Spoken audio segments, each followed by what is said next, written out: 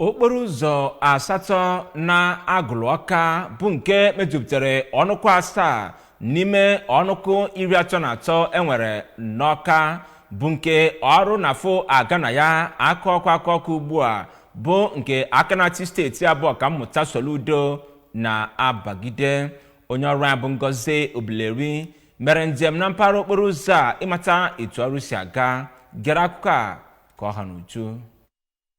Ụzọ abụọ sonyere na ụzọ Asato ahụ a na-arụ n'Awka bụ nke etegorokota, ma ebe ya bụ itekorota na-aga n'ihu ugbu a bụ n'ụzọ Ulunese. N'otu aka ahụ kwa agwọla ihe bekee kpọrọ stone base n'ụfọdụ ụzọ ahụ, ebe agafegoro iwu stone base na ụfọdụ ndị ọzọ, ebe a na-echezi ka awọ korota na ụfọdụ ndị ọzọ. N'okwu ya na ya bụ ọnọdụ ka onye isi Ulunese Agụlụ Community bụ Chief Ken Ekwenugo kọwara na ewezụga mgbe ndị Awka ji aka ha mepee ụzọ gasị n'ime ya bụ Awka ka moto wee nwee ike na-abata n'apụ, nke mere n'afọ 1962, na-enwebeghị oge gọọmenti nọ n'ọchịchị chetara ndị Awka n'ihe gbasatara ịrụ ụzọ. Chief Ekwenugo kọwara na ha agaala rịọ ọchịchị nọbụ n'oge gara aga ka ha bịanyere ha aka n'idozi ya bụ ebe, mana enweghị nke nwere isi. Kọwazie na gọvanọ Soludo jiri aka ya bịa n'onwe ya na enweghị onye kpọrọ ya ka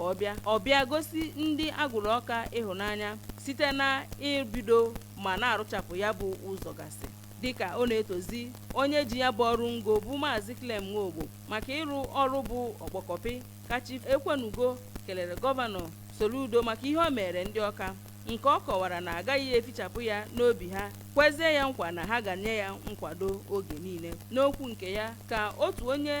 ga-eji okwu ya agba izu n'Awka bụ Chief Obi Ochiijemodilim, bụkwazi onye isi ndị All Soludo Support Group nke Anambra Central, kọwara na gọvanọ Soludo emerele ndị Awka ihe onwebeghị onye mere na mbụ, ọ kachasị na ụdị esiru ya bụ ụzọ ma rụsie ya ike, kwukwa na a ga-enwe agba nke abụọ na nke atọ n'iru ụzọ n'Awka,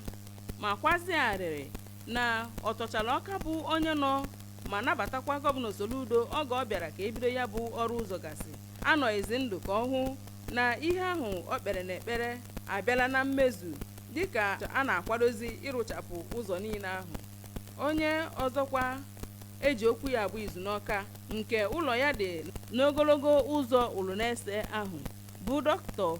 Samuel Nzekwe kọwara na nke a bụ nke mbụ na mbụ ha na-ahụ ụdị ezigbo ihe dị otu a, ma kwuo na gọvanọ Soludo bụ nnọọ onye were uche ya niile tinye na ịrụ ọrụ ga-enyere ndụ ndị mmadụ aka, dozie ya ọdụ ka ọ ghara ịlaghachi azụ. Onye ji ọkwa project manager nke ya bụ ọrụ ngo bụ Engineer Felix Afie kọwara na ha ga-arụchapụ ụzọ niile ahụ n'ọnwa Febụwarị na-abịa abịa, ma kwuo na ya bụ korota bụ nnọọ nke agwara ha otu ha ga-esiru, nke ha na-esokwanụ usoro agwara ha, ma too gọvanọ Soludo n'inye ha ohere ịrụrụ ndị Anambra ọrụ, ọkachasị n'ịrụ ọrụ metụtara ndụ ndị Awka. Site n'Awka, abụ m Ngozi Obileri.